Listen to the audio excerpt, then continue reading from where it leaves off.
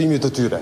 Ata nuk ishin amandamente të qeverisë, nuk ishin amandamente të grupit parlamentar të lëvizjes vendosje dhe nuk ishin natyrisht amandamente të deputetëve tonë. Ishin thjesht amandamente të presidentes së Republikës. Në anën tjetër, opozita, partitë politike opozitare dhe deputetët e tyre nuk e kanë qartë se çfarë po duan në fakt. Ata nuk kanë bërë asnjë propozim për president të Republikës, nuk i kanë dhënë nënshkrimet për asnjë kandidat, nuk kanë pranuar asnjë kandidat konsensual, ndërkohë që edhe sonte kundërshtojnë amandamentet kushtetuese për të mundësuar zgjedhjen e presidentit apo të presidentes nëpërmjet të vullnetit të drejtë për drejtë të qytetarëve. Prandaj është shumë e rëndësishme që opozita me qartësuar çfarë po kërkon. Domethënë nuk ka asnjë pozicion të qartë në shërbim të interesit të publik të qytetarëve dhe të shtetit të Kosovës. Prandaj ju falenderoj shumë për sjelljen e kësaj seance dhe të diskutimeve. Në seancën e orës 10 që është taktuar tashmë, sepse nga volumca është, duhet edhe një. Kush është i dyti? Deri më tani nuk kemi asnjë informacion për kandidatin apo kandidatin e dytë. Ne kemi një kandidat i cili ka plotësuar kushtet dhe kriteret procedurale dhe kushtetuese, që është mbështetur nga 30 nënshkrime, por natyrisht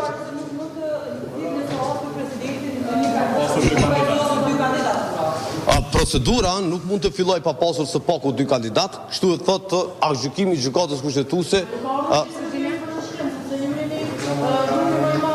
Unë personalisht e kam nënshkruar kandidaturën e zotit Konjufca, por ne kemi thënë vazhdimisht dhe kemi ftuar vazhdimisht deputetët e opozitës për të propozuar kandidatin e dytë dhe për të bërë pjesë e procesit të zgjedhjes së presidentit apo të presidentes së Republikës.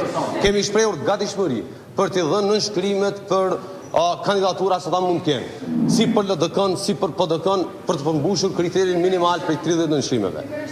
Ju po ofroni nënshkrime për PDK-n dhe LDK-n, 20 mirë në 10 tjetrën, për i djeri ka një gjithsej, pse nuk e qëtë në kandidaturë?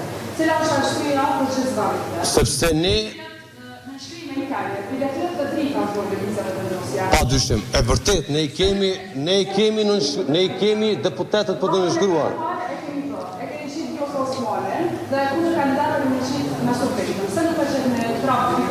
E kemi thënë publikisht, ne po i dhëm kohë dhe rast opozitës për të bërë pjesë e procesit. Por ne të gjithë e dim që Presidenti i Republikës në bazë të aktgjykimit të gjykatës kushtetuese, se çfarë mendojnë për aktgjykim të asaj kohe është çështje tjetër, kërkohen të paktën 80 deputet se si të marrin pjesë në procesin e votimit. Duhet kemi 80 të vota në kuti. Prandaj, ne i kemi dhënë mundësi, kohë, nënshkrime opozitës për të bërë propozime, për të bërë pjesë e procesit dhe për të zgjedhur presidentin apo presidentin e Republikës dhe për të shmangur zgjedhjet e jashtëzakonshme. Pra ma le dalin le të thonë publikisht që ata nuk e dinë se çfarë po duan. Nuk bëjnë propozime, nuk japin nënshkrime, nuk pranojnë kandidat konsensual dhe në fund edhe nuk i përkrajnë amandamentet kushtetuese për zgjedhjen drejt për drejt të presidentit apo të presidentes. Seanca i bie që janë dy kandidata.